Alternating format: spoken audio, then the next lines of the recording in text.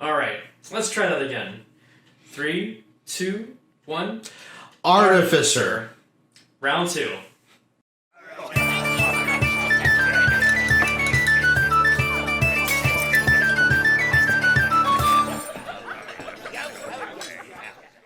Welcome to the Home Brew Crew. I'm Tony, this is Sean, and today we're going to be going over the new Artificer.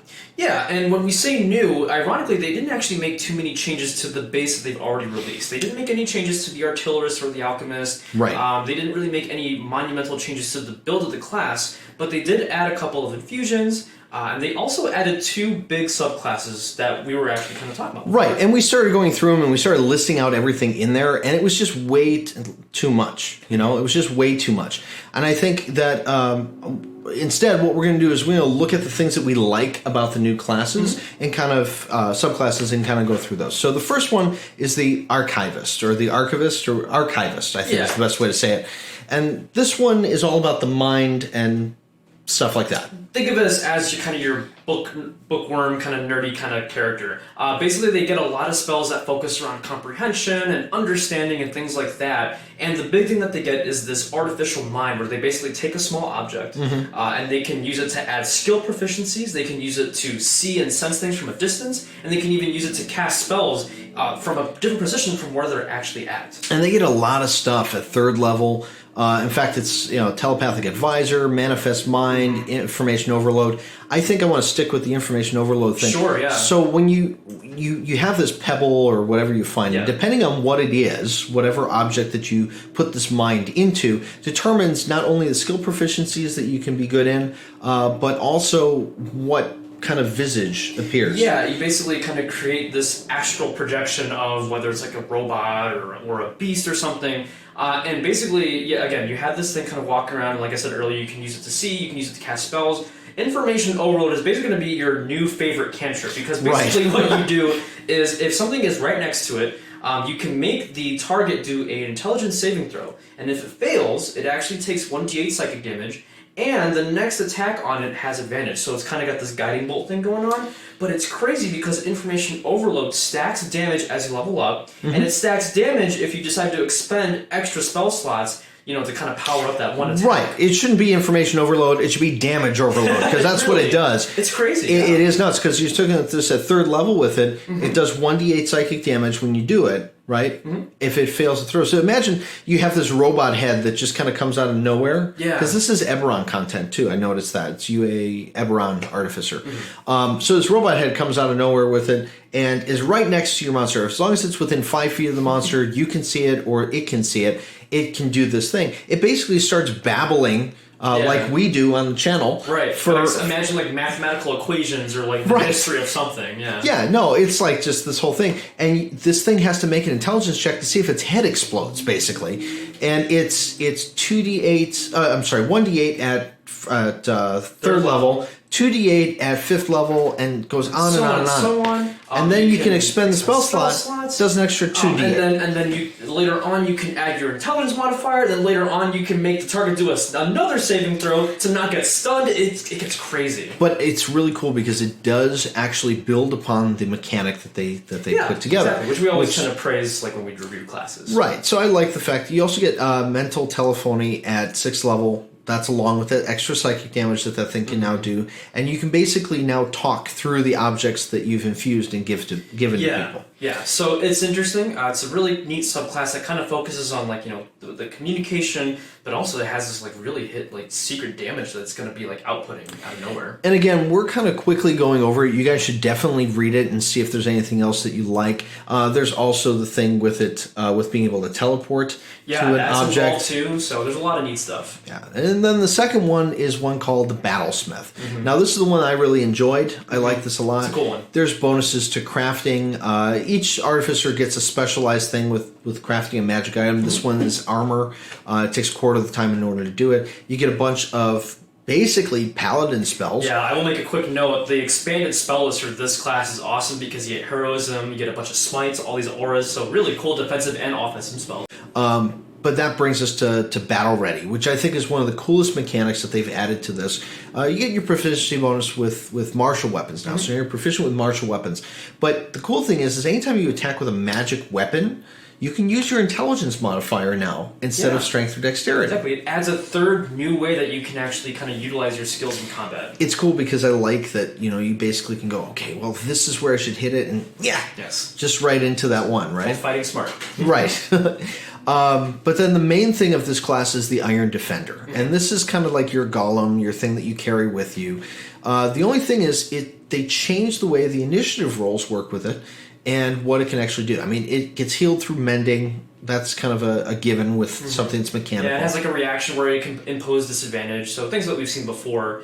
But I really think the whole way that it works in combat is probably something that we should begin utilizing for all of our familiars or our other companions. Right, because what happens is you get your initiative roll, and it shares your same initiative roll, but it goes after you. Do you know that thing that happens when somebody sends out a familiar, and their familiar's initiative roll is higher than theirs, and it imposes disadvantage, and then they go in and hit it with a spell or an attack?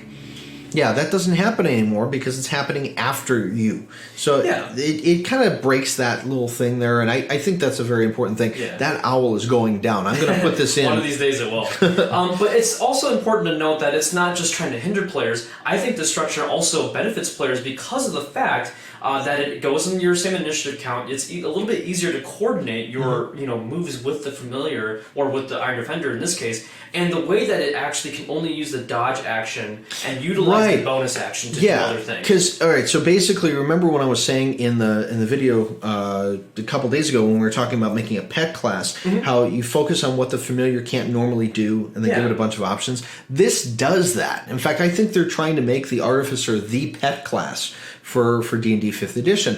When you think about it, so the only action it can take is dodge action on its turn, unless you spend a bonus action to get it to do something else. And that's pretty neat. I like that because it limits what you can do, but also puts everything through the pet, which kind of focuses it in that way. Yeah, exactly. And then as you level up in this particular subclass, you are going to get a couple new features that basically will help kind of add some damage to either your defender or even some of your skills. I like the Arcane Jolt. That's another thing that it adds to there. So basically when you hit something, you get this little spark that comes off, so your defender's attacks are now magical for the purpose of it. But when you attack something, you can choose either to do an extra 2d4 force damage on it, or choose a creature or object within 30 feet, and healing energy flows from that creature that you hit, and restoring 2d4 hit points. Yeah. It's that reactive healing that we talked about in our healing spell. Exactly. So that's pretty neat that they added that. So the more you do with it, but you can only basically do that once.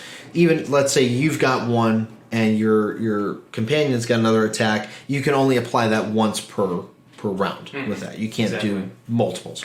Arcane Defender, Improved Defender gets a couple of other bonuses. Its damage goes up 44, and then when you use the Pounce ability with it, it gets additional modifiers. Now, they added some Artificer infusions. Some of them are really cool. They added an enhanced wand so that the mages and all your wizards' friends are just as happy as your people you're making weapons for. Yeah, exactly. And then you also get the shield as well.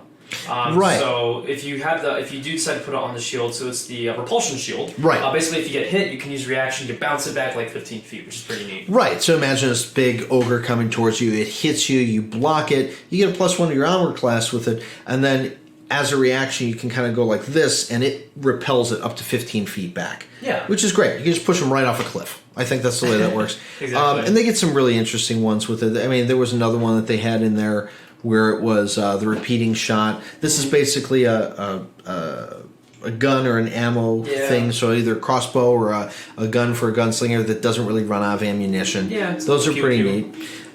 We did mention on having a magical weapon at one point, and the Artificer has a new spell, Arcane Weapon, where basically it's a self-only spell that allows you to add different damage types to the weapon that you're attacking with. Which is neat. Exactly. Because the extra attack in Artificer now only does... It used to be, okay, you can attack twice.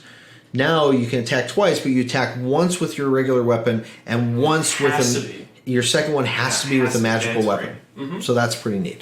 And I think that's basically the way this thing goes. I think they're trying to make this into the pet class. Mm-hmm. I like what they're doing. Because if you look, each Artificer has some sort of pet. You got the homunculus, you got the turret. Yeah, exactly. And it's interesting to note that I know a lot of people, when this first came out, there was a little bit of skepticism, and it's very cool to see that Wizards, instead of trying to change it or anything like that, they only further added to the mechanics that they wanted to build on for this class specifically. They did not want to make this class to be like anything else or try to change it. They wanted this to be specific in how they designed it, and it's really cool to see that they added even 2 new subclasses to this one. And I think there's going to be tons and tons more subclasses. The only thing that I would look at with this, and as the Artificer, the only thing that I think would be having spells in the items exactly. Yes. And then using those up over a period of time. So like in, 3rd edition and everything else, you would have, you would select what spells you were going to do for the day, but you committed those to those slots. You know what I mean?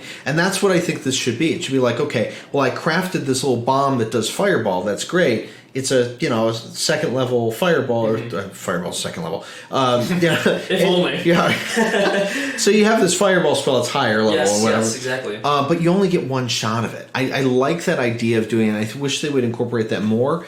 I don't feel like I keep looking at this and I see each subclass goes into some sort of inventor on something. Yeah. But the spells just kind of like sets me off, like this magic that's there. I think that if you made it exact to you craft certain items that can do the spells, that would be more in line with this and would limit it more.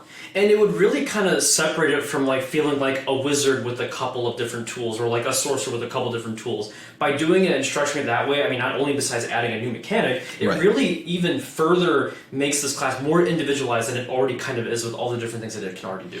And I think they're getting there. Yes, they're exactly. Not quite there yet, but they're getting there. I think this is it. I think just a couple of little tweaks, and this will be ready to go out very, very soon. Actually, I think I'm going to make Vogel one of these. That would make a lot of sense, actually. She seems like she could be an archivist, honestly. Yes, if I can wrap my mind around you can figure out the that. mechanics, yeah. So, but that's basically our thoughts on the new Artificer, and we did learn how to say it correctly, so we're good. After all the comments and all the views and all the times that we've had to say it, it kind of sinks in after a while. Yeah, we definitely appreciate the help on that. But remember, the best campaigns are always the ones that are homebrewed. So until next time, keep brewing.